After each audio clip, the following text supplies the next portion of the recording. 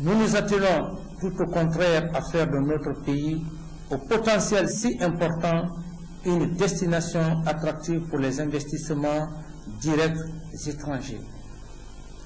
Mais nous ne saurions ne pas corriger les déséquilibres de certains contrats qui lèsent les intérêts de la Guinée. Toutes les administrations financières vont être assainies, dotées de procédures de décaissement sans faille, entièrement informatisées et soumises à des contrôles fréquents. Toutes les dépenses qui vont être effectuées le seront dans le respect du principe de l'équilibre budgétaire. La planche à billets qui alimente l'inflation n'est pas un instrument de gestion économique. Nous n'en userons pas.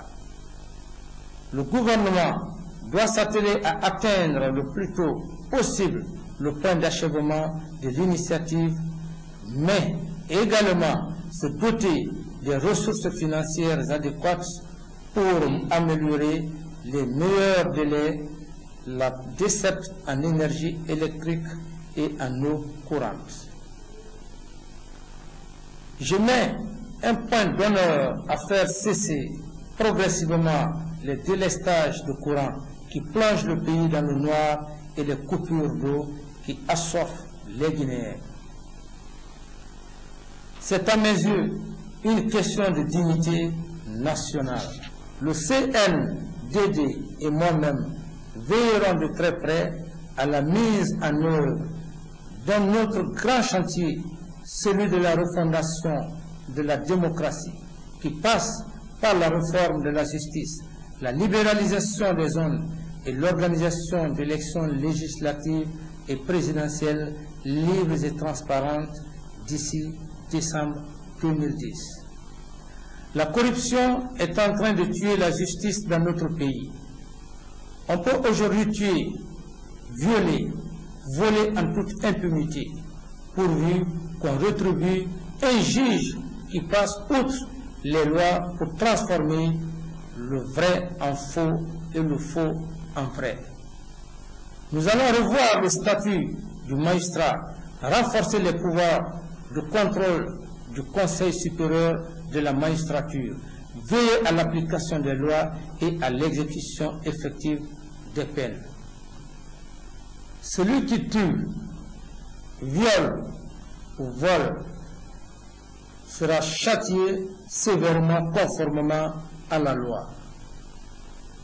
C'est aussi cela respecter les droits de l'homme, car la victime est, autant que le criminel ou le délinquant, un être humain. Pour renforcer la culture démocratique, la participation citoyenne et l'implication de l'opinion publique, le gouvernement et le CNDD vont étudier les voies et moyens pour parfaire le dispositif de subventions destinées aux organes qui y participent.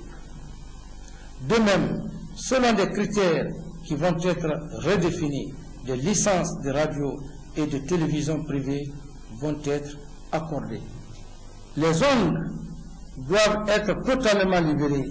C'est une des conditions de la transparence et de la bonne gouvernance.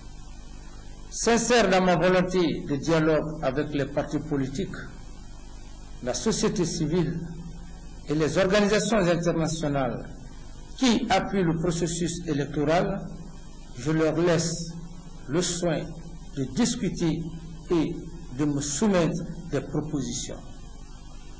La seule ligne directrice est la suivante. Il nous faut des élections les plus transparentes possibles dans le délai le plus court possible. Ainsi, les élections ne pourraient plus être contestées dans ce pays. Guinéennes, Guinéens, mes chers compatriotes, hôtes étrangers vivant parmi nous,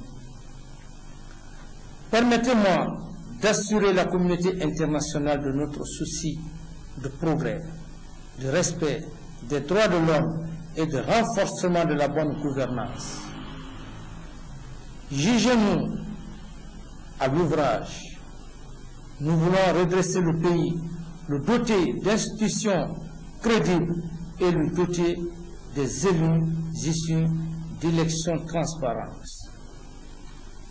Accompagnez-nous dans notre œuvre de reconstruction. Votre soutien va servir une cause hautement géopolitique, car une Guinée forte dont nous voulons poser les bases va stabiliser l'Afrique de l'Ouest et renforcer la sécurité dans notre sous-région. Je ne saurais terminer cette adresse à la nation sans faire un clin d'œil à la jeunesse de mon pays. Juste pour dire que j'ai compris le message.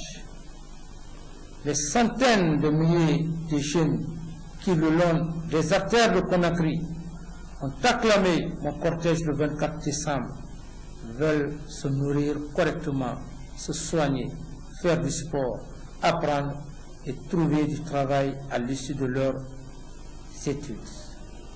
Le CNDD et le gouvernement feront des questions de jeunesse une priorité absolue. Nous n'allons peut-être pas avoir le temps de les mener à terme, mais nous allons ouvrir des chantiers de réforme dans les domaines prioritaires de l'éducation, de la santé, de l'emploi et de la lutte contre la pauvreté. Guinéennes, Guinéens, mes chers compatriotes, hôtes étrangers vivant parmi nous,